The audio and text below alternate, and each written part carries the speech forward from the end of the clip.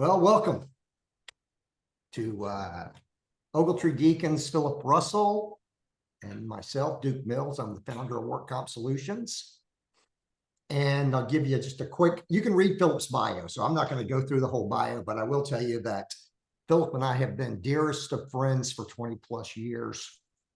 I've learned a lot from him. He is my go-to guy when it comes to anytime a client has a problem with any OSHA related event. I call Phillip and he helps our clients. So it's been a great relationship. So this is going to be quick. It's going to be 60 minutes. And if you have a question, just put it in the Q&A. So we're not going to respond to the hands up, just the Q&A part. And as we go through it, we'll stop a little bit and Phillip will take some questions as we go along. So Phillip, go ahead. All right, Duke, thanks so much. Appreciate you having me out once again for another WorkComp webinar or seminar. Always enjoy doing these with you, my friend, and I appreciate the friendship.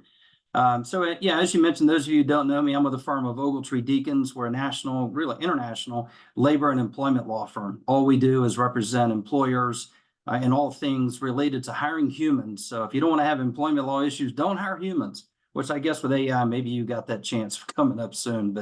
But when you hire humans, you have all sort of labor and employment issues that you need to manage as a business. And we cover all those areas: discrimination, harassment, retaliation, wage and hour, immigration benefits. And my specialty is actually in OSHA. Over the years, I've handled a lot of those matters I just mentioned, union campaigns, et cetera. But most of the last 10 to 15 years, I've been an OSHA lawyer, handled over 200 OSHA fatality cases, hundreds of other kinds, have edited several editions of the ABA's seminal treatise on occupational safety and health law, was inducted last year into the College of Labor and Employment Lawyers, and recognized as a BTI Client Service All-Star, which was pretty cool. So last year was a good year for those sort of things. But anyway, let's get started. So I want to talk to you today about OSHA and give you a quick OSHA update. A lot of big news breaking in the last couple of days. We have a new rule from OSHA, which I'll talk about in a moment. Talk about what is OSHA? What is this agency? There's a lot of myths out there, and hopefully I will bust some of those myths for you today. I'm going to talk about reporting, when you got to pick up the phone and call OSHA, and then we're going to do an inspection overview. What I'm not going to cover today is actually this bottom two bullet points, because I really want to focus on the OSHA inspection process today. We can come back another time and maybe talk about OSHA citations, how you contest a citation. And the good news that OSHA doesn't decide if OSHA got it right. There is another agency that looks at OSHA citations that we are in front of all the time whenever we go through that process. So what's your OSHA update? Well, no surprise here. More inspections, higher penalties. They have a new policy called the anti-grouping or instance-by-instance policies that altogether mean that OSHA is issuing, not only are they issuing more citations, but they are issuing more items per citation with higher dollar amounts because they are not grouping them together the way they once did. Now, in those policies, if we dove into the details, you would see some triggers, but the triggers usually are because OSHA just really doesn't like you. I'm a bit tongue-in-cheek there. That's not what they say in the documents, but it certainly indicates that if they believe that you are not taking safety seriously as an employer, that's one of the tools they will use to make the pain, to use a bigger hammer, so to speak. The other thing they're using is a severe violator enforcement program that has been revamped in the last year and a half, and that essentially is the program by which OSHA puts you on a list and tells the world that they believe you're a severe violator. It used to be that it would take multiple incidents for that to occur. Now it can happen on just one. And I've got one client that is stuck in that program, and we call it the Hotel California program. You can check in, but you can never leave. We're going to work on trying to get them out, but it'll take a while. Walk around rule, that's the new one that came out. Just Friday was the announcement, and it should hit the Federal Register any day now. The new walk around rule, I'm not going to dive too deep into that today because I think actually the thing's going to get stopped in court. Many of you who follow me on LinkedIn saw I posted on this already. I'll probably throw up some more comments later this week. But when you read the rule, it's about 150 plus pages. Not the rule itself, but all the information they have to put with it, their justification, explanations, their analysis. I really think that OSHA got it wrong here. And I think that they're going to be corrected by a federal district court. I guess I could be wrong about that, but I think there's a good basis to challenge the rule. What the rule says is this, is that there's a part of the OSHA Act that says that an authorized representative of employees can join the walk-around. I'm paraphrasing, but what I'm not paraphrasing is the term authorized employee.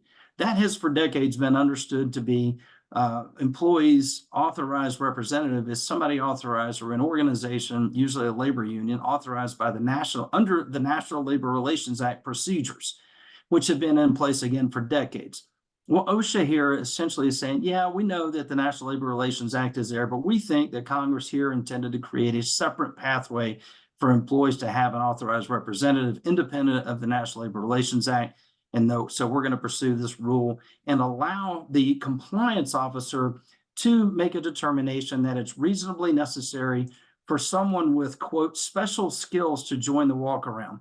And that special skills description is a lot broader than we expected from the initial proposed rule. They modified it, and the final rule does talk about these special skills. I mean, what does that mean? Special skills, communication? I don't know. I mean, we really aren't sure. And I think that's one of the uncertainties of it. But for right now, when the rule goes into effect and OSHA shows up with a union organizer and you do not have a labor union, you need to be talking to an OSHA lawyer about whether or not you're going to allow that OSHA inspection to go forth.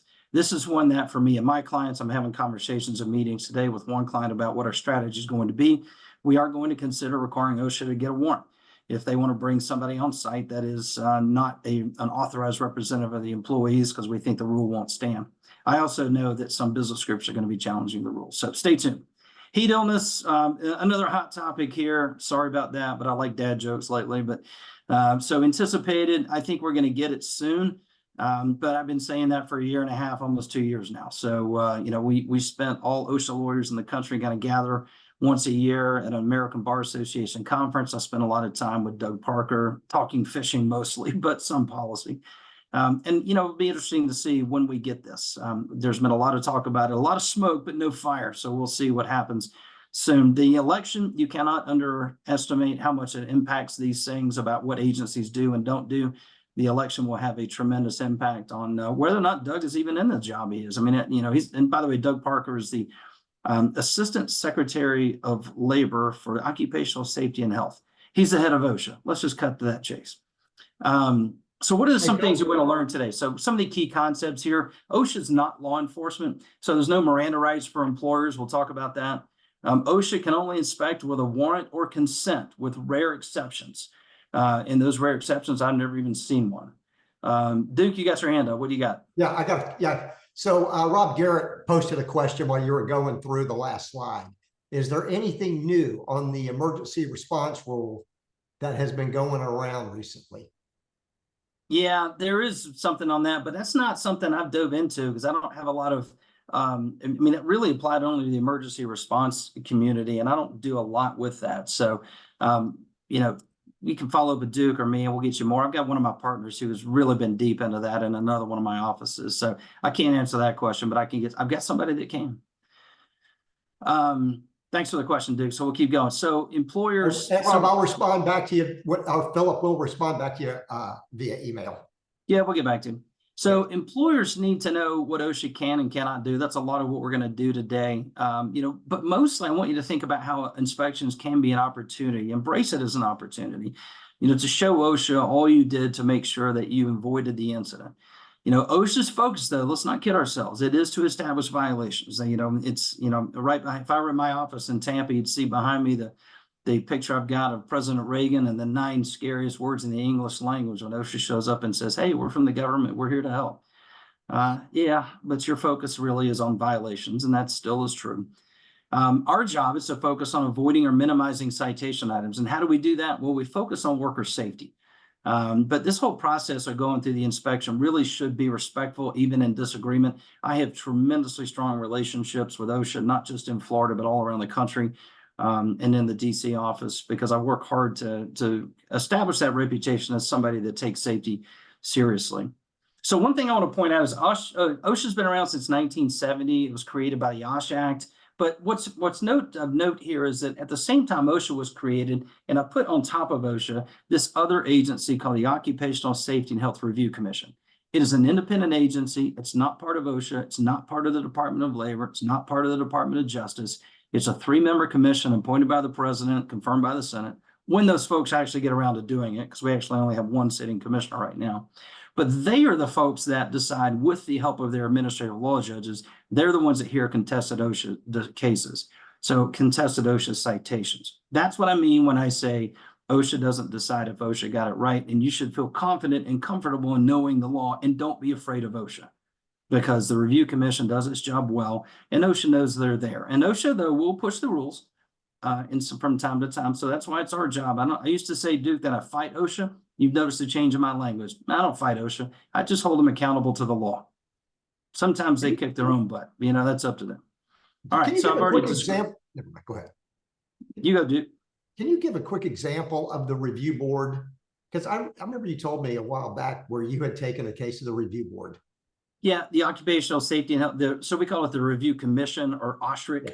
Yeah. There's a case, and I can talk about this one because it's a public record case, but we tried a case on behalf of Tico, one of my clients, a few years ago, where we contested a citation, and the OSHA issued a 2-item citation. We contested it. We went to a trial in front of an administrative law judge. He threw out both items because OSHA didn't meet the standard, and it dealt with HAZCOM, or HAZWOPER is what it's called. It basically dealt with how do you respond to a hazardous release or an unexpected release. And there was some dispute about whether or not the evidence fit the standard. Did the law meet the evidence? What lawyers do. So we took it to trial. We won. OSHA didn't like that decision. They took it before the full review commission. OSHA lost there. They didn't like that decision. They took it to the 11th Circuit Federal Appellate Court, and they lost there. And then they gave up. I guess they didn't want to get hammered by SCOTUS, but that's a good example. So OSHA's mission, one thing I'll say, when I do beat up OSHA a little bit, I kind of like to put this up there because I think there is tremendous value in the agency. So even though I beat them up a little bit, I don't agree with their policies and practices from time to time, and whether or not they are or are not following the law, like this walk-around rule, there is value in the agency. And I think that it has shown, historically, that the data kind of backs that up. So I always want to be respectful about the mission and the men and women, particularly that work at OSHA, who have tremendous respect for their service and what we're doing. This is the regions that OSHA is organized into. This is the Department of Labor regions. I deal a lot with the Region 4 in Atlanta, covering the Southeast, but I also have gone around the country in Region 6 in Texas and Oklahoma, Louisiana, Region 2, a lot of time there, and then out across the country over into Region 5. So quite a bit, but we've got lawyers in our firm that cover all these areas. There are some state plans, so I'm talking primarily today about Fed OSHA, but if you are, and I know this is national today because we got a lot of folks in from LinkedIn, if you are not in a Fed OSHA state, be sure to check your state plan requirements. There may be some differences, so there's a healthy, useful map. You got 2 jobs as an employer under the OSHA Act, or under the statute. Number 1, the general duty clause, and that is providing employees a place of employment free from recognized hazards. And here's the key: that are causing or are likely to cause death or serious physical harm. And of course, there's got to be feasible means of abatement.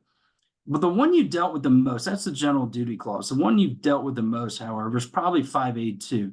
And that's a requirement that you comply with applicable standards that have been promulgated by the agency. And that's where you hear about the general industry standards under 1910, construction under 1926. General duty clause violations, some examples. That's what they use for COVID. It's what they use for workplace violence. It's what they use for heat right now until they get a specific standard. Why OSHA conducts inspections? Well, number 1, there may be some programmed inspections through a national or regional emphasis program or some site-specific targeting. I'm going to talk today mostly about those unprogrammed inspections, as how they classify them. And that's where an employee calls OSHA and complains about something unsafe in the workplace. There's a referral by another agency or local law enforcement of the hospital. Reports, that's where the employer has to pick up the phone and say, hey, OSHA, something bad happened, and we'll talk about that. And then there's also imminent danger. And usually those are rare, but that can be those drive-bys. And you see a lot of that in the residential roofing industry. So when do you have to report to OSHA? Well, you got 4 times: when there's been a fatality, a hospitalization for inpatient treatment, an amputation, and loss of an eyeball. Dad joke warning, Duke. I don't see how loss of an eye merits its own category. But anybody? I don't actually, I say that as a bit of a joke, but I really don't know why it got its own category when they revamped these rules about 7 years ago.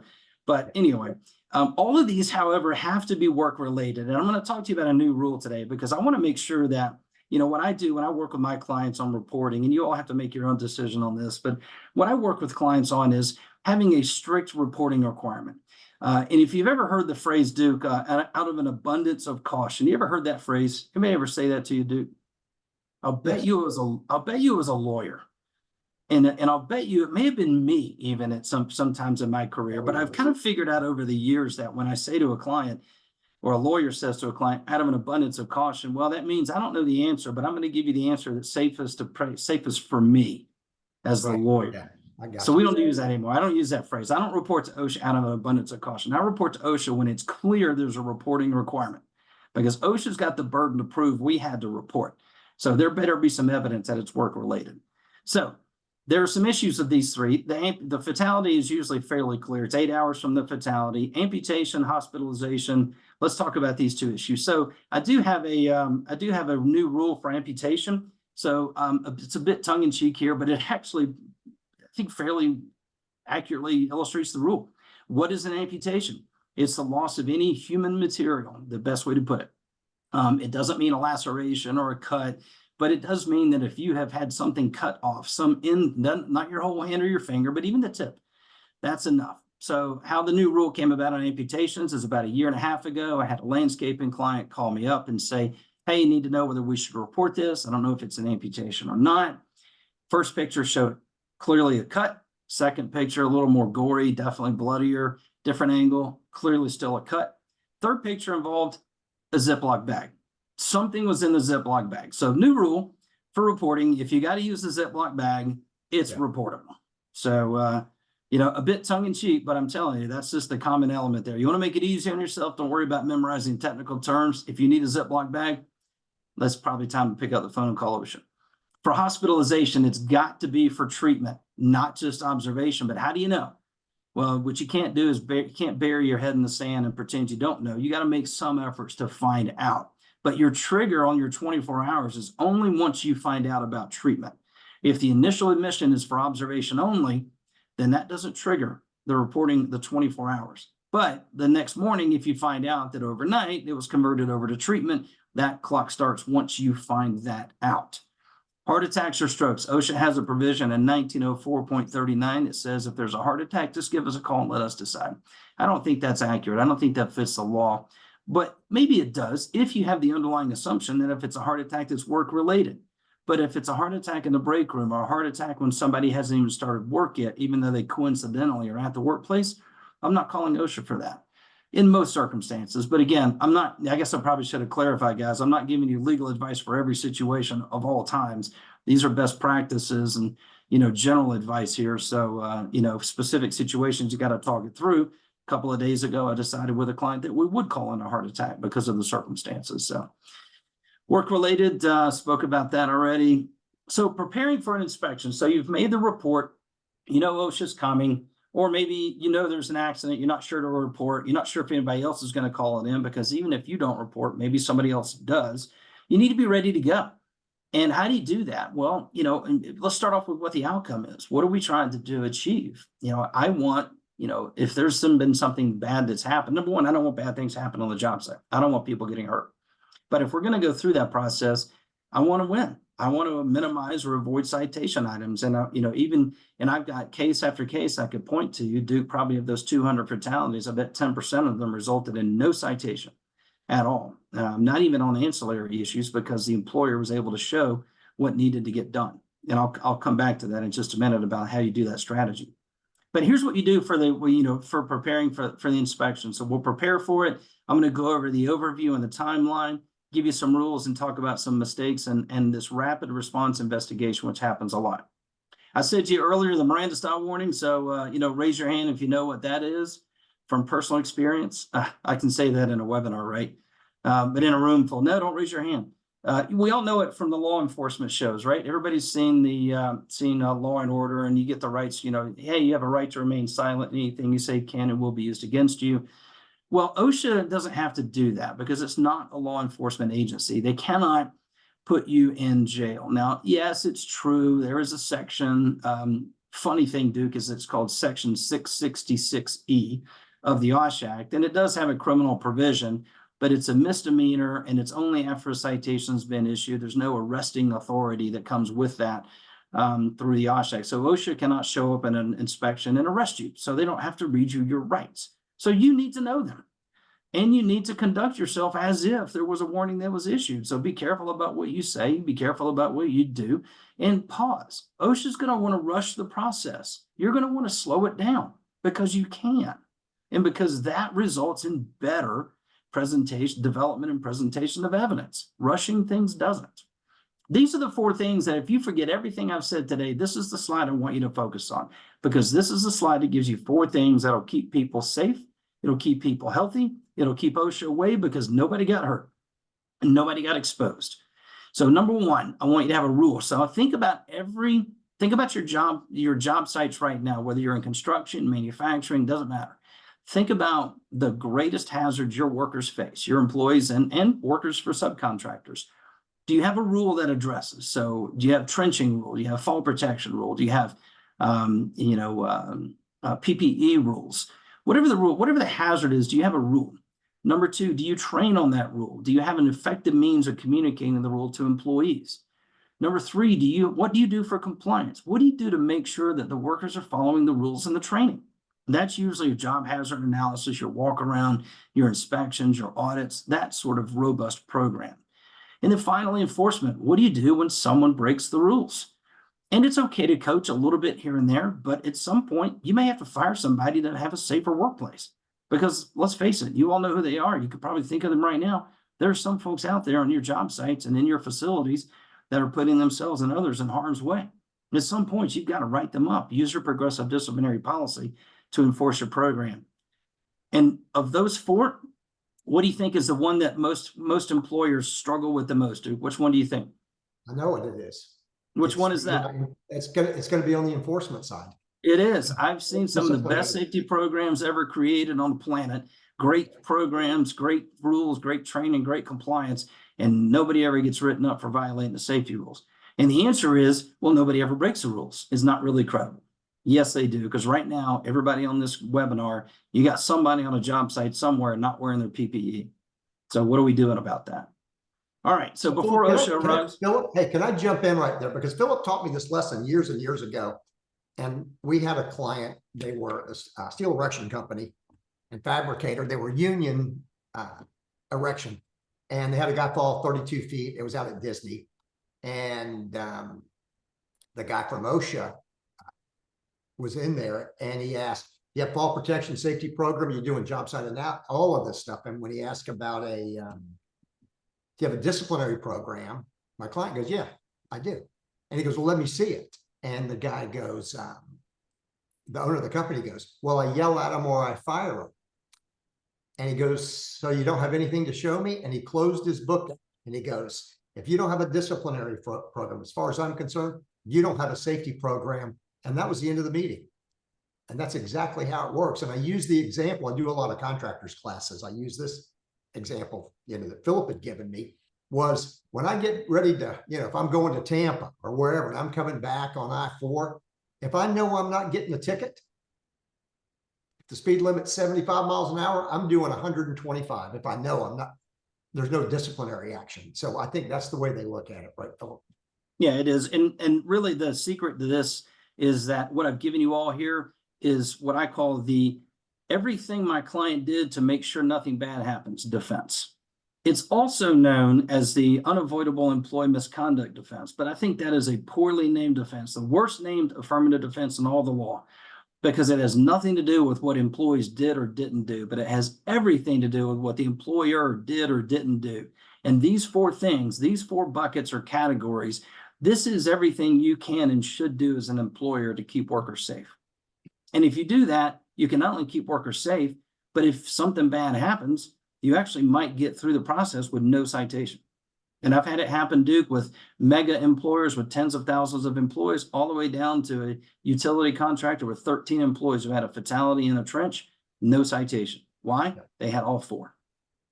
All right. So before OSHA gets there, you got to decide some things. Who's going to be on the team? I won't dive too deep into these. We'll make sure we hit everything.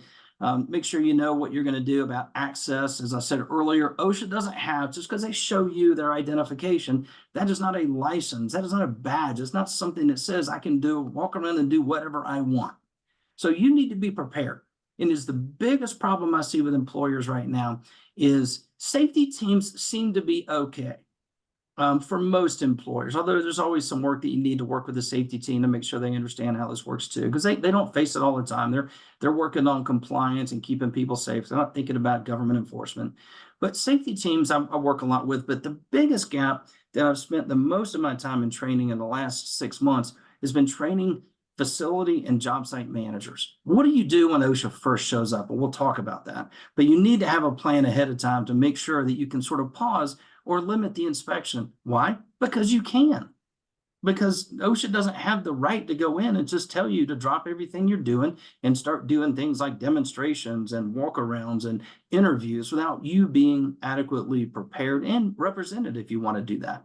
One of the biggest things is that bottom one. If you know OSHA's coming, can you just hit timeout and get everybody to stop working and walk around, look at your jobs, look at your workstations, make sure you don't have blocked exits if you're in a manufacturing facility. Think about things like, access, ingress and egress. Think about machine guarding. Power cords. Anything that you might see in a manufacturing facility. Construction site, go walk around. Everybody wearing their PPE, fall protection in place. And by the way, when OSHA gets there, nobody has to be working. That's the other big mistake I think employers make, is you think that you got to keep people working when OSHA's there. No, you don't. And they can't make you do that. They can't make you do a demonstration. So don't do it.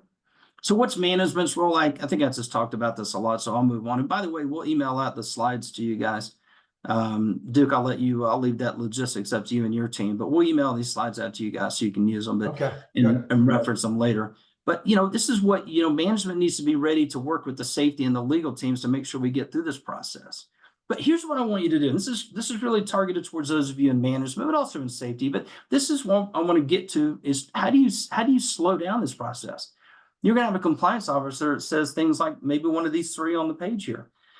I just need to take a quick look around. It won't take very long. I'll just need to get this done. Hey, I won't be here any longer than I have to be. And then, of course, my favorite at the bottom, I'm just here to help. And, so what does that mean? Well, how do you say no to OSHA? Well, this is a pretty good, I don't do scripts very often, but I like the words here, which is, hey, thanks for coming. Glad that you guys are here. Appreciate everything you're doing. Respect what you're doing. And, thank them for their service. They are serving our government. They're serving in an important role. But hey, look, I can't get started with anything until I go through our company protocol. I've got to notify our safety team. Safety team might need to get in-house or outside counsel involved. But I got to get this going. Can you just wait a few minutes, have a seat? Let me get you a cup of coffee. I promise you we'll get started as soon as we can. But just give me a few minutes to get this, to get our protocol started. Duke. Okay, got a question. Perfect timing for this. From Maryland. I'm in California working for a staffing agency. Do you know how long OSHA can wait at the site until the employer arrives? Yeah, so I will tell you this. With California, we decided a couple of years ago to put California into our international practice group because they do things so differently out there. So thanks for the question. I do not dare answer questions on California law. I don't think that I think the answer is going to be a lot shorter than what you'll see in other Fed OSHA states. In Fed OSHA states, there's not actually a time limit. It's just a matter of rule of reason, that's why there's a negotiation. That's why there's a discussion. But I've got California colleagues, folks like Kevin Blaine and Karen Tynan that are my go-to folks on Cal OSHA, but I don't dare touch that subject, my friend. All right, let's talk about the inspection overview and timeline. The compliance officer will arrive. There'll be an opening conference, a walk around. We talked about a moment ago, document request, maybe a subpoena. The Fort Lauderdale office seems to be subpoena happy lately. Hey, Duke, speaking of dad jokes, what's a lawyer's favorite cocktail? What? Subpoena colada. My daughter told me that one. Sorry. I apologize to everybody for that one, but that was my daughter. All right. Interviews of employees and supervisors comes next. Follow-up activity. There's a closing conference. You may or may not get a citation. And this is the time frame in which it occurs. The first 3 weeks, there's a lot of activity. This is the 0 to 3 weeks. So 0 being the day of whatever the incident was or when OSHA shows up. You'll start off with those activities. There'll be some follow-up in the next few months. The big key there is you may not know much of what's going on in that 3 weeks to 2 months because OSHA could be out there doing other things and doing some third-party interviews you may not know about, consulting with their experts internally, talking to the assistant area director is what that stands for. And then they'll do an internal review, send it up to the regional administrator and the secretary of labor if they have to up in DC, or sorry, the solicitor of labor, that's their lawyers. Is who they can consult with. And by the way, Duke, every now and then on the subject of lawyers, I do hear every now and then someone say, well, I didn't want to hire a lawyer on this inspection because we didn't do anything wrong and they're just here for a complaint and it's routine and we're not worried about it. And, there's no legal issues here. And, okay, I get it. But I think that's based upon a myth that OSHA looks negatively upon employers with lawyers. I do know this firsthand because my friends at OSHA will tell you this. They do look negatively on lawyers that show up who don't know the OSHA Act, who don't know the law, who don't know how OSHA operates, what they can and can't do. But they are always grateful for folks. I'm going to brag about this. I mean, they always are grateful when it's me, my team, and my firm because we do things the right way, respectful. We fight OSHA hard and firm, but we do it respectfully. But the key thing here, Duke, is they've already got their own lawyers. So why are you dealing with the federal government on your job site, in your plant, when they've already got their own lawyers, the solicitor of labor? They can call them anytime and they do all the time. So don't tie one hand behind your back and dealing with the government. They do have a hard deadline.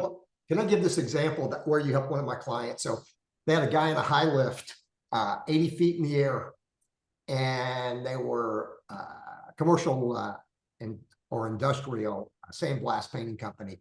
And he got the basket hung up against the side of the silo. Anyway, he's rocking it, and he ends up rolling this thing over. Now, he was tied off inside because he lifted the wheels up on one side. And I told my client, I go, here's Philip's number. You need to reach out and get this thing started. Well, they hired their corporate attorney who the day that they had to pay the citation, I had asked him, I'd go, okay, so what are they doing? He goes, they've just took my money. They've done zero. And if you remember this, Philip, I called you from their office and you said, send me the citation. And what Philip did, and I learned a good lesson on this, is Philip said that they've written this thing so broad. So we have a fatality so broad that if anything anywhere close or similar to this happens, it's going to go from a serious to a willful violation. And by the way, the fines this year, they've raised them since then. I think there were 133,000 then. So now they're 166,000. So Philip jumped in there and he fixed this stuff. He tightened up the language. It was a longer story, but that's one of those things. When I hang out with Philip, and I also, when he goes to these conferences with my clients, I attend. I'm not a safety guy, but I do learn. Well, the point there, Duke, is, and thanks for the kind words, man. The point there is that, OSHA does appreciate it whenever employers show up with people that know what they're doing. It does make a difference. It makes the process a lot easier. Doesn't mean you're not going to get a citation necessarily, but the process is going to go better. Yeah. And sometimes we can minimize it or avoid it. That's what we do. So you have the opening. The co-show arrives. Generally they cannot enter the work site without your permission, unless there's some extraordinary circumstances. That's usually imminent harm. You've got a right to refuse. I've never required OSHA to go get a warrant, Duke, in hundreds of cases, but I almost did during COVID, and I might do it on this walk around rule. We'll see how that unfolds, but usually you're not going to make them go get a warrant because it's usually pretty easy, and it's an ex parte procedure with a federal district judge who will probably rubber stamp it. So, well, I'll leave this for another time because I think that maybe there's, it's just so rare that you ever even want to consider one. So when do you get started? Well, usually the employer, this is where you want to ask for a delay. I think the question about California was a good question. I've put them off a couple of days, depending upon the circumstances. If they show up the day of a fatality and want to start interviewing people, the answer is no. Usually, under certain circumstances, you may do it, but usually I'm going to say, look, I want to put this off for a few days. I think that these folks have just suffered the devastating loss of a colleague. And, we need to let them meet with the counselors and we'll get back to you. I'm not trying to hide anything, but I'm trying to be respectful of these humans. So during the opening conference, we talked a little bit about it earlier too, but these are some of the things that happened. But most importantly, I want you to talk about, confirming and agreeing upon the scope of the inspection before you ever go out and do a walk around or do anything. Why are you here? They have to tell you. If it's a complaint, they have to give you the complaint. It may be obvious, if it's a hospitalization fatality that you reported and they show up, okay, then you should have expected them. But let's agree on the scope. Let's agree on the any limitations on operations. If they say, well, we'd like to, look at some demonstrations, you're going to respectfully say, no, we don't have to do that. And we're not going to do that because it's unsafe. Because anytime that OSHA walks around and asks for demonstrations, you've got Murphy walking around who, anything that can go wrong will, and that does happen. And they can write a violation or a alleged violation and a citation just on what they see. Do you do an internal investigation? I always drop a quick note in here on this. I won't spend too much time, but there's always, I find more pressure internally from executives who aren't at the facility to pound their fists and say, hey, we just had a guy down on the job site. I want to know what happened. I need the report on my desk within, 8 hours or something like that. And you got to really slow down that process and say, hold on a second. Let's be careful about speculating and guessing about things in advance. You want to be careful about your communications internally. This is where attorney-client privilege comes in. If I'm deploying to a job site, I'm sending an email to the client that says, here, distribute this email to everybody. And basically the message is quit using email to communicate with each other and stop speculating. Because that's the first two things that happen is you create a whole bunch of evidence that might be used against you. So be careful. The walk around, only limit those people that go around with a code show, use a controlled pathway. Plain view means that if they see anything in plain view, then that's fair game. Take the same pictures. Everybody's heard that advice, but here's another one. Ask why the co-show is taking a particular picture if it's not obvious. So you may get some conversations going, but don't have a two-way conversation. I think those are all, actually, that's a bit duplicative. We should probably just move on. Oh, never leave the inspector unattended. There's at least one compliance officer in the world that is no longer allowed to use the bathroom on my client's job sites because when he goes to the bathroom, he walks around unattended as if he has a license. So as I told OSHA recently, a little bit tongue in cheek, but also seriously, no more bathroom breaks for that guy. Document requests. The only thing you have to produce to OSHA are your logs. And you've got 4 hours to cough up the logs within the 4 hours from the moment of the request. The rest of the things they're going to ask for, your safety programs, training, accident investigations, witness stand, they're going to ask for all that. None of that is required. And you certainly don't need to be coughing that stuff up on day one. You may decide to produce those information or those documents down the road, but that is not an immediate production. But you do need to be ready to make sure that you produce those OSHA logs within 4 business hours. What I like to do is when OSHA asks for them, I get the email address from the compliance officer and I send them an email at the moment of the request. And if they say, well, you don't have to follow the 4-hour rule, you can get them to me tomorrow or by next week, then I also send them an email confirming that because I've seen too many ticky-tack citations on this particular area. Subpoenas, seen a lot more of those, but don't freak out if you get a subpoena. It's no big deal. All it does, actually, the advantage, I think, for the employer is if you're going to go strictly legal, then I'm going to give you some legal objections. I'm going to treat this like something in discovery and litigation as opposed to an informal investigation process. And all right, that also means I'm going to get better access to your lawyers. Because if there's some legal issues with a subpoena, then I'm going to talk about it with your lawyers, not you. So I don't shy away from subpoenas. It doesn't bother me. Sometimes I invite them. If I get a request from OSHA for privileged information, I say, put it in a subpoena so we can work it out with the lawyers. And they say, sure. So don't get freaked out about a subpoena. Interviews, 2 kinds of interviews. There's your non-management employees, and then there's management employees.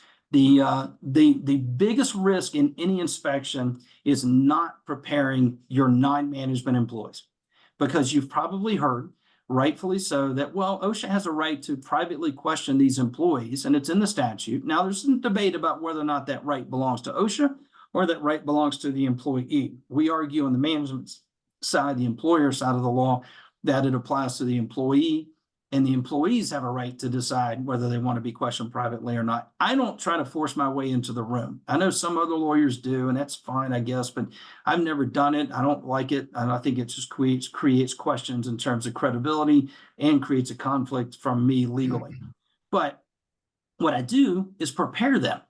And that is something that a lot of employers, I think, miss, because you think that, well, I can't sit in on the interview, I can't prepare them, I can't talk to them afterwards.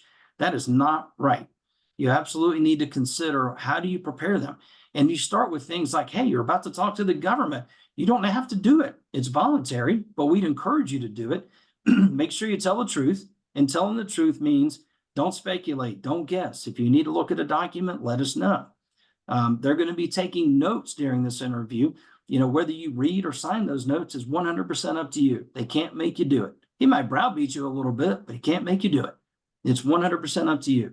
And if at any point they try to make you in this interview say something you don't agree with and you think they're misbehaving, you can get up and walk around. You're in control of that room. Duke, I've done that prep many times. I've done it with 30 seconds on the shot clock, or I've done it with 30 minutes, whatever time I got to work with on a job site. But I try to never let employees go into OSHA without being prepared. I got another question for you that Yep. just popped up. It's somebody, I probably could answer it myself, but they said, is that the Duke Mills that was voted the top workers' comp broker in the country last year? And yes, it is. I am that guy. So I appreciate, oh, that's from my wife. That was softball. So can I, because you're running through this, but can I jump right in the middle of this? Sure. Because as you started and kind of migrated through this, the one thing, so on this call, we've got safety risk managers, HR, we have CEOs of companies, but one impact that a lot of people don't see in this is, as a business, you know, when you get to a certain point, you got to protect two things at almost all costs. You got to protect your wealth and your reputation. So what could damage that? I will tell you both when it comes to OSHA, because there are a lot of you employers that have to pre-qualify for jobs, and they look at your OSHA citations. The impact of these claims impact your experience rating. If your experience rating is over 1, there's a lot of places you won't work. So those are the things as you consider going through this, and obviously when you go to the OSHA, you know, the OSHA 300, 301, I guess, that you have to send into OSHA. You could generate an inspection off of that. Is that correct? If your DART rate or your TRIA rate is higher than average, is that correct? When they get it? Yeah, I mean, Duke, you raise a good point there. I mean, you know, that's, you know, years ago, I had a colleague say that, you know, OSHA penalties aren't big enough to, you know, to make employers take them all that seriously. And I thought, oh, that's pretty interesting. But it was also turned out not to be true, because it's not about the penalties. And I've learned that, I mean, over, you know, hundreds of cases, 15 plus years or so, or something like that. I don't know. I've never thought about penalties, Duke. I mean, I've had citations that were just, the sticker price was, you know, the retail price of that citation was $2,500, but it was going to impact the operations. Yeah. By the abatement that OSHA wanted, it's going to impact the operations by millions of dollars. I mean, that's a good business decision to fight that one, or to keep it off your record. A lot of construction companies have to go through Avetta and these other companies that do the ratings, and you want to keep that down. So it really is, to me, it's not about the penalty, it's about the impact. And what is it? What difference does that make on your business going forward? And one other thing I want to mention, because we had a fatality in an orange grove, and I called Phillip back. And it was just so happened that the carrier loss control showed up at the same time that OSHA was going to be there. Phillip's going to meet him there. And Phillip told me, he said, tell him to go away. So can you talk about that if your work comp carrier, or share an experience? Because I know one in particular in Orlando that you had. Yeah, I mean, there were some circumstances that day, so it's not a rule that I apply always, but you certainly want to be careful about having non-privileged inspections or investigations going. I understand and appreciate the workers' comp folks have a job to do, but their job is a lot more narrow than mine. Their job is focused primarily upon determining whether or not there's a compensable claim. And it doesn't take much to know whether or not this accident or incident occurred at work and whether or not there's coverage. It just doesn't take a lot of investigations for that. I mean, I get it and I'll help you. I actually coordinate a whole lot though, Duke, with the Insurance Defense Council, and that's the lawyers that most companies will have hired through an insurance policy. It doesn't cover OSHA, that's my job, but it does cover any personal injury lawsuits that may come down the road. And I work very well with those folks. Sometimes carriers approve us to do that, but usually not. We're usually working with separate counsel on that. Okay. All right, so interviews. So that was employee interviews. Supervisory interviews, a little bit different. I can sit in on those as a lawyer representing the company. You can have a management person sit in on those. There's a new rule that I apply to this. I call it new. It's now been about 4 years ago, but we had a lawyer. We hired away a lawyer from OSHA, a woman named Jaslyn Johnson, who's a great friend and an outstanding OSHA lawyer in our Atlanta office. And Jaslyn, at the time, I was letting management folks read the notes, but not sign them that were being taken. And she said, no, even if they read them, I was able as a lawyer for OSHA to get them admitted into evidence. So don't read, don't sign. So that's how we approach it with our management folks. You can interview them. We'll make them available. I will prepare them and I'll be there in the room, but they will not be reading or signing their statements. Oh, there you go. Jaslyn Johnson rule. And it's not a formal deposition. This is where you have, you might want to come in there and this is not a time to be throwing hand grenades. Now, I don't have a right to, it's not a cooperative interview in the sense that I'm not also interviewing, but if the compliance officer doesn't understand operations and they're asking, nonsensical questions, basically from ignorance, and I don't mean ignorance in a bad way, they just don't know the terms they're using or the operations, how they work, then I'm going to jump in and be helpful because I think that's just the better outcome you're trying to seek there. You may need to have some documents with you and some pictures and diagrams as well. Again, my goal is not, I guess I used to hear the rule that, less is more, less is more. Okay, well, that's a bit of a cliche. My better rule is I will give OSHA everything I think is necessary to avoid or minimize a citation.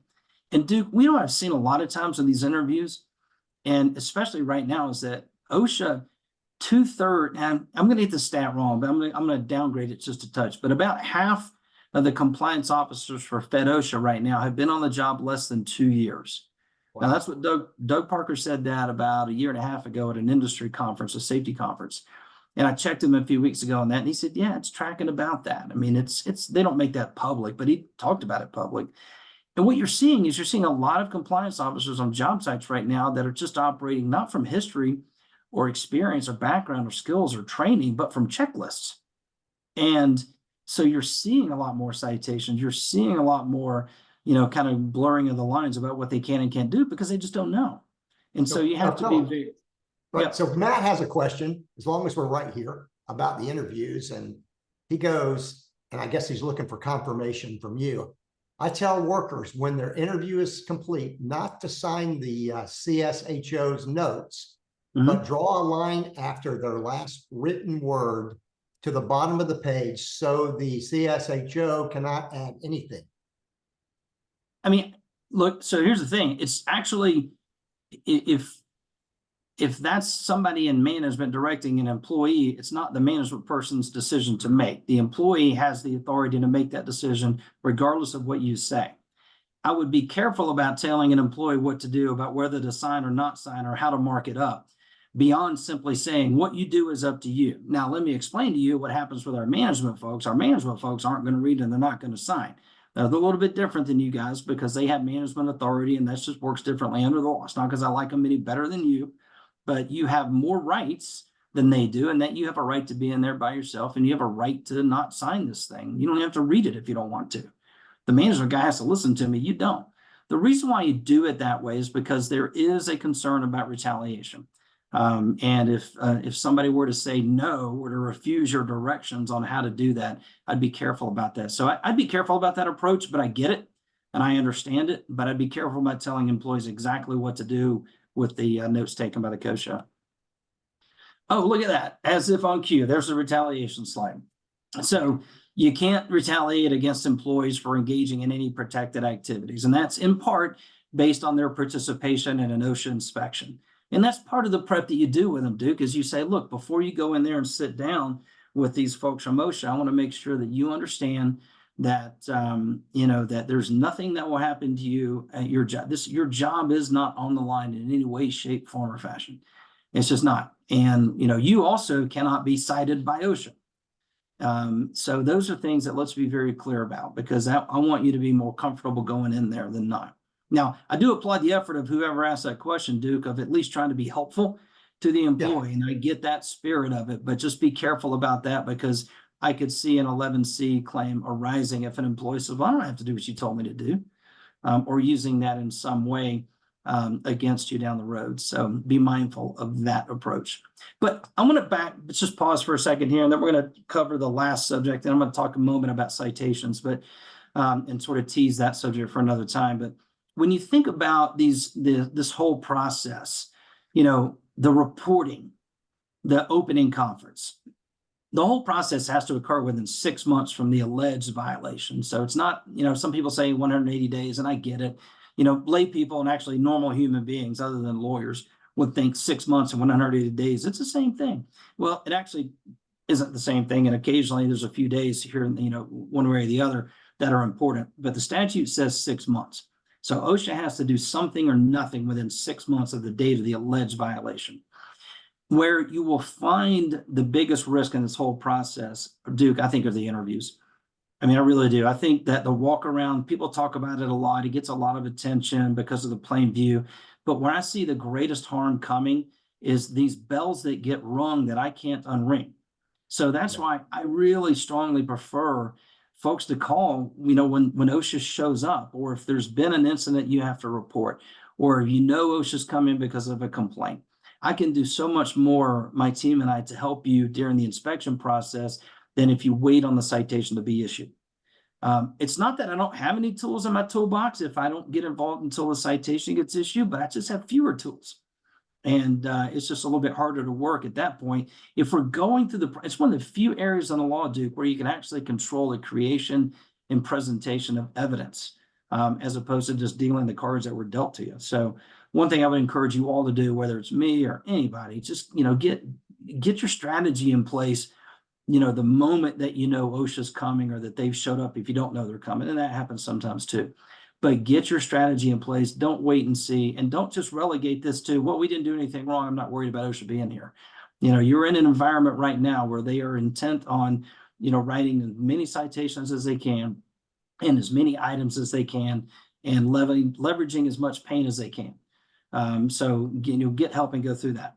Now, sometimes, actually, we covered all that. So closing conference, when you get towards the end of that 6 months, Duke, you might get a call out of the blue. I give this a bit of a short coverage here because they're really just calling to say what's going to happen. One of the most important things at that point is to make sure that you confirm where they have the citation going, if there's going to be one issued, and ask them to send an email copy. I have covered all of these mistakes as we go, so I'm going to skip through these and get to the end. I've already covered that. I'm going to talk about now this thing. So there is an alternative process that you may all see a lot of. This typically happens with a lower level amputation. It's kind of hard to describe, but I mean, if it's a tip of a finger, a small amount of material, not a complete hand or arm, or hospitalization where the worker is recovering and is fine and is coming back to work, you'll see OSHA send, instead of somebody coming on site, they may send you a letter, and they call it a rapid response investigation. They'll give you 5 days within which to respond, which is frankly negotiable. There's nothing in a statute or a reg that says you got to respond within 5 days. But what they say is that, hey, if you don't respond at all, or if you don't respond in a timely manner, we'll come out and do an inspection. And then they give you this attachment to the letter that is labeled a non-mandatory investigative tool. Duke, I don't know about you, but when the federal government says non-mandatory, that tells me everything I need to know. I'm not using it, and we don't.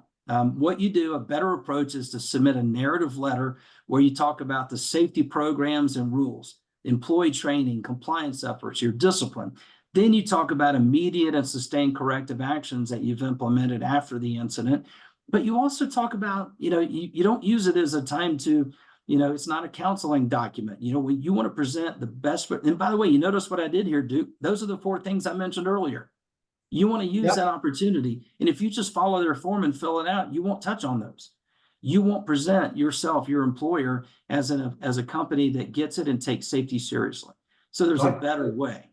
Okay, so I've got another question while you're on this. It Yep. is from Chuck Doris. And OSHA sends an inquiry about an alleged violation in email that is dated. We respond to the inquiry with everything they ask for, including abatement efforts. They then go dark and ghost us. Does the 6 months start after I send my abatement response? No, it would start on the date of the statute says the date of the alleged violation. So if there was a complaint that went into OSHA, you need to know the date that employees, even not necessarily the date they complained, but the date, what is the date on which they complained some violation was occurring? And it's not always the date of the letter from OSHA or the date, and it certainly is not the date of the submission of the abatement. It's the 6 months from the date of the alleged violation. When were you not following the rules allegedly? Okay. All right. And Duke, just, again, we're wrapping this up here in the next 3 minutes. Make sure we finish this on time here. But, when you look at these RRIs as an alternative, they're risky. So be careful. Don't respond to them too quickly. Don't use them as a counseling session. I have seen clients get citations written in the mail in response to an RRI submission, because everything you put in that letter is a statement by the company. It is an admission. And so if you put in there, and I've seen employers do it, one in particular I recall is they called us after the citation was issued and they handled the RRI. And they put in there, well, we were having, and I'm going to paraphrase a little bit, but essentially they said we were having some housekeeping issues on that job site. And we knew about it for several months, but we just weren't able to get the people to do what they were supposed to do. I mean, that right there, that's just a citation just screaming at you. Yeah. So be careful about how you work. There's a better way to present that. And doing it without using their tool is preferred. And by the way, my friends at OSHA tell me they're not big fans of that tool either. They prefer to know a little bit more about the context, and that form doesn't give them context. The narrative letter approach does. So I got a follow up on that same question too, by the way, from Fahid. Yep. Do we follow up with OSHA if we don't get a response? No, absolutely not. So you put that 6 month, you put the 6 month time on your calendar, and as much as you might be curious, you do not, as he used that old phrase, the cliche, don't kick that bear. Let that bear sleep. There's nothing that benefits you as the employer to calling OSHA, and asking. Now, if it's 2 or 3 weeks later and you haven't gotten anything, I still don't call OSHA. You're done, because they have to issue the citation within 6 months after the alleged violation. But that doesn't mean receive. And sometimes they've issued it on the last day and you don't get it for a few days because of mail delays. Okay. Anything else? I had a question about the PowerPoint. Are you okay with me, for those that request it, send a copy of the PowerPoint? Yep. Okay. Yeah, you can send. Yep. Okay. So if you just hook up with me, send me an email, I'll get it out to you guys. So, oops. And gals. Yeah. So, Duke, I'll just close with this. I mean, this is an hour and a lot in an hour. And I really didn't focus so much on, what a citation looks like and how you might contest a citation. What are your strategies for the informal? We can do that on another webinar at another time. But this one, gave a bit of a deep dive in some issues on inspections. But overall, the message really is this, folks, those 4 things. The rule, the training, the compliance, and the enforcement. I mean, just take that away from this. If you forget everything else, that's fine. But remember, put those 4 in everything you do when it comes to your safety program. Think of what fits into those 4.